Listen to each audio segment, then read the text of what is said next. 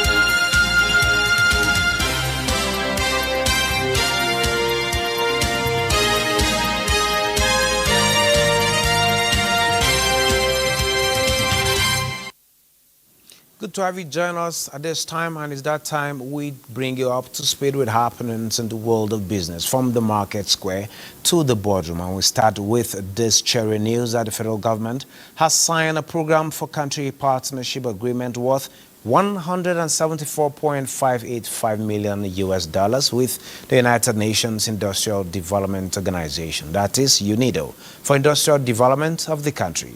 Minister of Budget and Economic Planning Atiku Bagudu, who signed on behalf of the federal government, noted that the partnership, which is for a period of 4 years, 2024 to 2028, has a funding strategy of 85.7%, equivalent to $149.619 million from donors mobilized by UNIDO, while the federal government provides counterpart funding of 14.3%, which is $24.965 million. He says Nigeria has so far made a financial commitment of $1.276 million as payment to UNIDO.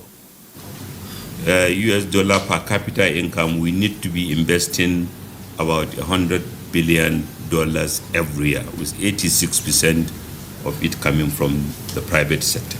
We are willing to do so. Our president has demonstrated it. We have taken the top choices. So in terms of policy that will support the program for country partnership, we are already out there, and we will maintain the course.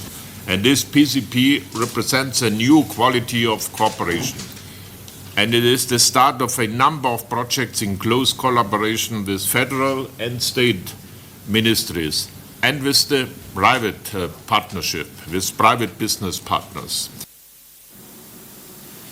And the World Bank says a total of $1.13 billion loan request from Nigeria has been approved. The disclosure was made on the bank's website, where it was also revealed that 3 different financing requests were approved in March. The requests were reportedly for projects targeting quality education, household and community resilience, and improved nutrition. According to the World Bank, $80 million was approved for the acceleration of nutrition results in Nigeria 2.0 project, and $552 million for the Hope for Quality Basic Education for All program. JP Morgan and American Bank is planning to transform its Lagos representative office into a fully fledged business branch as part of a broader strategy to expand its presence across Africa. The U.S. Bank, according to a report by African Intelligence, says it intends to apply to the Central Bank of Nigeria for a merchant banking license in the coming months. Now, Nigeria's naira climbed the most against the dollar in 2 weeks after the central bank said net foreign exchange reserves climbed to the highest in more than 3 years. We'll take a look at that. We'll give you details later. Now, in today's rapidly evolving world, financial security is no longer just a choice. It's an essential need with rapidly changing economies, job markets, and even family structures. The need for effective risk mitigation tools has never been greater. Among the most essential tools for ensuring financial stability is the term life insurance. Now, to speak on why insurance is a financial stability tool for sustainability is Victoria. Joining us from Victoria Island in Lagos is Director General, Nigerian Insurance Association, Bola Odukale. You're welcome to Business Express. Thank you very much. Good morning. Thanks for having me here. How's Lagos this morning? Oh, yes, Lagos is calm, it's bright today, brighter than yesterday, and of course, calmer. As against what we all went through yesterday here on Victoria Island with the traffic jam. Okay. It was quite hectic yesterday, yeah. But it's calm this morning. Okay, great. Talking about stability, why do we need financial stability particularly in a rapidly changing world of ours as it is today? A whole lot of people have different perceptions about insurance. Can you put us through efforts that has been made to ensure that insurance is being widely accepted by virtually every Nigerian? So thank you very much, and thanks for having me once again. When we talk of financial stability, it cannot be overemphasized the fact that when you have financial stability, it helps to foster progress. It helps to foster empowerment within, whether in the life of an individual or in a corporation, or even in a country. Stability will also give room for growth wherever you are at any point in time. And of course, this is what insurance serves to do. Insurance serves as financial stability tools in several ways to us. First and foremost, it helps us to manage our risk. Risk management is key through the various financial protection that insurance can offer us against unforeseen circumstances, whether it's death, whether it's natural disaster, whether it's accidents, whether it's business disruptions. And when you talk of business disruptions, when there are problems like that, business can continue if you have the proper insurances in place. So financial stability is key to any business for its continuity if the proper insurances are in place. So insurance helps to ensure, business continuity in the event of, experience an organization has through disruption, which could happen through damage to, property, damage to, things that the organization, is using for their businesses, or even through natural disaster that happen from time to time, damage to property and equipment and all of that. So insurance helps to, ensure that there is stability. Then, of course, when you talk of peace of mind, when you have the proper insurances in place, you have the peace of mind. So when there are issues, when the unforeseen happens, you can continue to move on with life while your insurances will take care of, the issues that are arising from that, disaster or the unforeseen circumstances that you have. For example, take the case of death, of a breadwinner in a family, somebody who has 3-4 children in school. If you have the proper insurance products, if you have bought the proper insurance products, the life products, education products that could protect your family in the event of demise, the family, despite the fact that they have suffered the loss of a breadwinner, at least there's some level of peace of mind because, insurance will come in to take care of, the children's school fees, from that point on. But when you don't have anywhere to turn to, it's double issues. You are thinking of how do these children continue in school, and you are thinking of the breadwinner who has died. So insurance helps in a great way to ensure that there is stability from time to time. It can also help to reduce financial stress, financial pressure when we take up the right insurances at every point in time. And like I said, your business can continue. Okay. Talking about choosing the right insurance policy, haven't mentioned all the advantages, particularly the captivating aspect of it is the peace of mind. But permit me to say at this point that we Nigerians, we're very spiritual people, and we have the mindset that whatever happens, it is God that wills, God protects, God gives life, God takes life. Whatever happens to you, God allowed it to happen. What are you doing to change such a perception? Yes, of course, we are very religious people, but it does not take away the fact that life has to continue, even after the death of, anybody, breadwinner or so. But for insurance, what we'll do is continuous awareness, because a lot of times the problem we'll have with the insuring public is the fact that they do not even understand the benefits of insurance. So what we continue to do is to continue to create awareness on the benefits of insurance, what you stand to gain when you have the proper policies in place, whether it's life, whether it's on your property, whether it's on your business, what benefits you stand to gain from time to time when the unforeseen happens. Because we live in the midst of risk every now and then. At every point in time, we are faced with different risks. So there's a need for us to be able to mitigate these risks when they happen. And when they happen, nobody knows. Things just happen. And you have to you have something that will cushion the effect of what has happened to you. So we continue to provide awareness, education.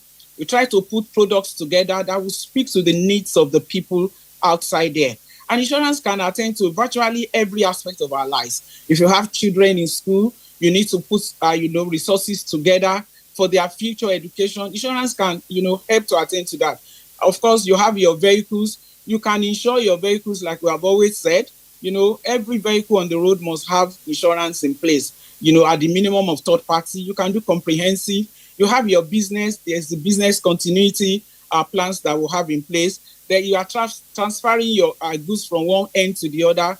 There's the GIT, what we call goods in transit. We have the public liability. So that in every area and every aspect of our lives, we have one product of insurance, one policy of insurance or the other that can speak to, the risks that we'll face. And like I said, we continue to create awareness. We continue to educate the people on the benefits. What people do not understand. Okay, Mr. Odukale, let me hold your thoughts at this time. There is so much to ensure, talking about what we do as people, whether as a civil servant, whether as a business person. Well, for an average Nigerian, whether in business or civil service, what would you advise to be the best policy to take, minimally? Okay, so the best policy you take as an individual depends on your circumstances. So I think the first thing you do is look at yourself, ask yourself, in what stage, in what season of my life am I in? So there are policies that are general to us. For example, I've said it, you have a vehicle, of course, you must insure your vehicle. You have a house, you build a house, you must insure your house. If you have children in school, then you think of their education. Then, of course, you think of education policy. But then life policy is also very important because death is for a breadwinner. Life policy is key because, death is something that comes and that destabilizes, a family from time to time. And nobody wishes for it, but it does happen. So it depends, like I said, it depends on the circumstances you have found yourself and where you are in that season of your life. But I would always recommend, first and foremost, everybody must try to have a life policy in place in the event of death. If you are running a business, look at your business, assess the risks that are, inherent in your business, and try to put the proper policies in place to protect your business so that in the event of any disruption, your business can still continue. So risk assessment is very key so that you know the kind of policies you should take at any point in time. That's Okay. assessing your risk, where you are and what you need is key to you. Okay. Still talking about assessing risks. Let's talk about insurance as a tool for resilience. How do we integrate it into a broader financial plan that includes savings, investments, and emergency funds to achieve a comprehensive financial security? Okay. I think the starting point is what we call risk identification. As part of policies, whether broadly in an organization, even as a country, as a people, the first set of things we need to do is be able to be able to identify the risks that are inherent in our day-to-day lives, in the things we do. What risk can this organization face? What are the things that are likely to happen? Are you able to identify them? So identifying our risk is key.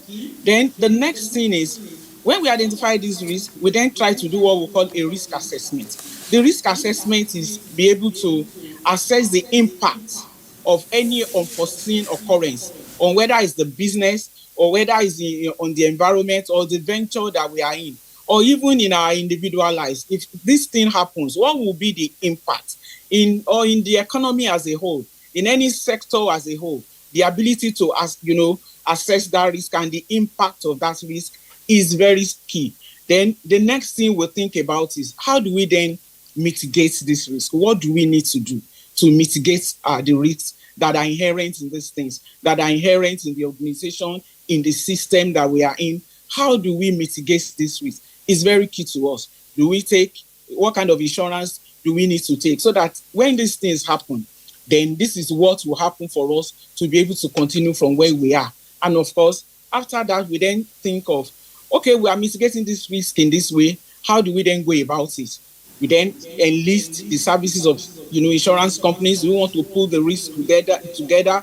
Do we want to retain part of it? Do we want to collaborate with other third parties so that we are able to manage some of these risks even on our own? Or what are we able to do? So that is key, and those things are important for us to weave into our organization. Do we need to reduce in certain areas so that we are able to mitigate, reduce certain things, so that we're able to mitigate risk in those areas, so that we're able to level things in those areas, so that impact will be reduced? So that assessment is very, very key to us. That identification, some of us, we just do business day to day. We just come in and go out. We have not been able to sit down to identify, the risks that are inherent. We just take it that when things come, we'll be able to attend to it. But indeed, most of the time, when the shocks come, we are not able to face those shocks because we have not taken our time. So what you're saying in essence is there is the need to plan and plan ahead, and the way to do that for sustainability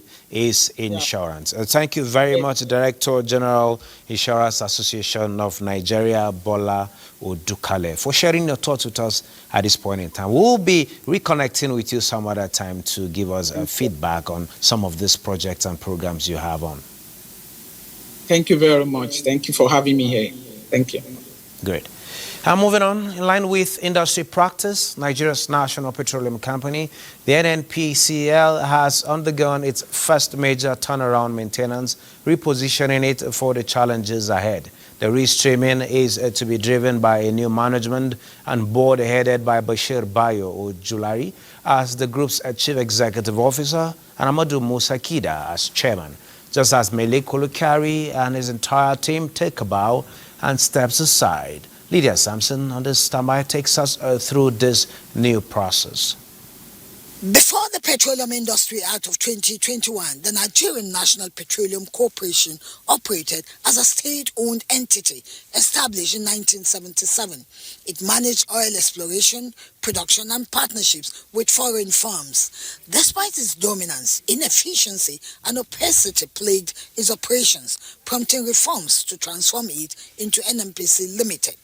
Mele Kyari was appointed in July 2019 by President Muhammadu Buhari as Group Managing Director of the then Nigerian National Petroleum Corporation.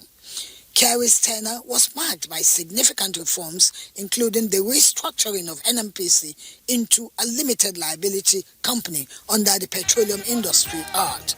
Energy for tomorrow. Energy for tomorrow.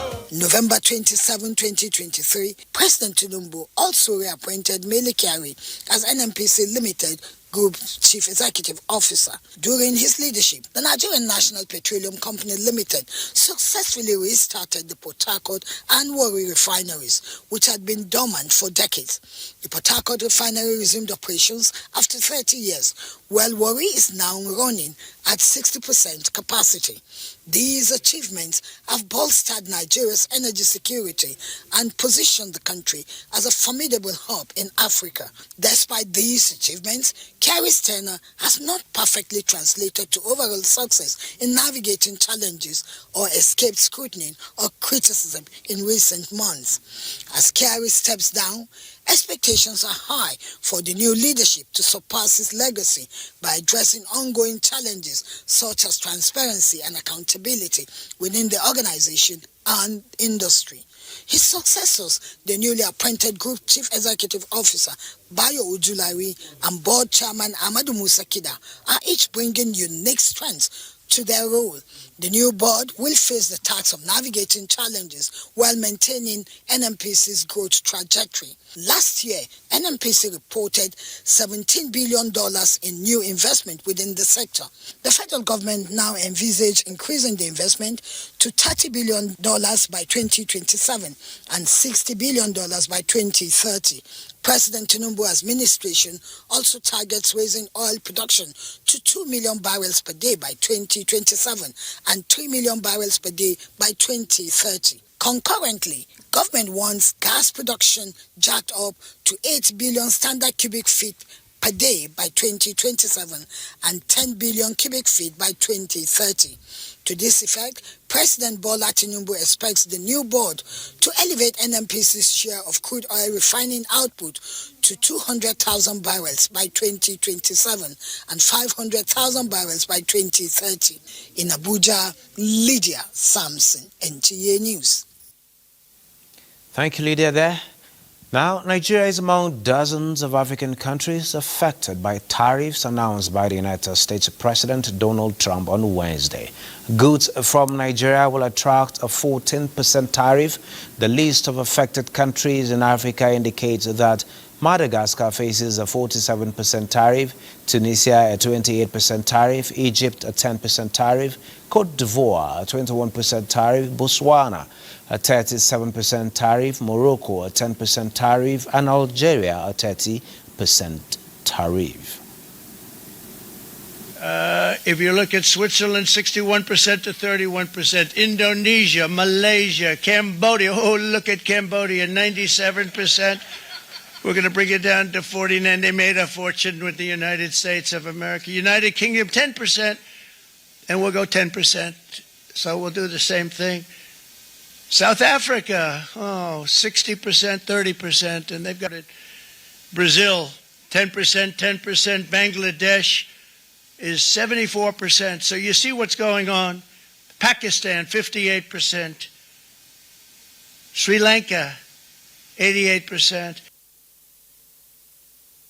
Investigations revealed that last year, Nigeria exported goods worth $931 billion to the United States, and similar goods worth 1 trillion naira were imported from the United States in 2024. This is Liberation Day, waiting for a long time. April 2nd, 2025 will forever be remembered as the day American industry was reborn, the day America's destiny was reclaimed, and the day that we began to make America wealthy again. Wish as foreign leaders have stolen our jobs, foreign cheaters have ransacked our factories, and foreign scavengers have torn apart our once beautiful American dream. We had an American... Well, with that, we end this edition of Business Express. We value your feedback, so keep the comments, observations, and suggestions coming. Be informed that all previous episodes are available on YouTube and other social media platforms. Business Express returns tomorrow. Do keep a date with us as keep thinking and doing business.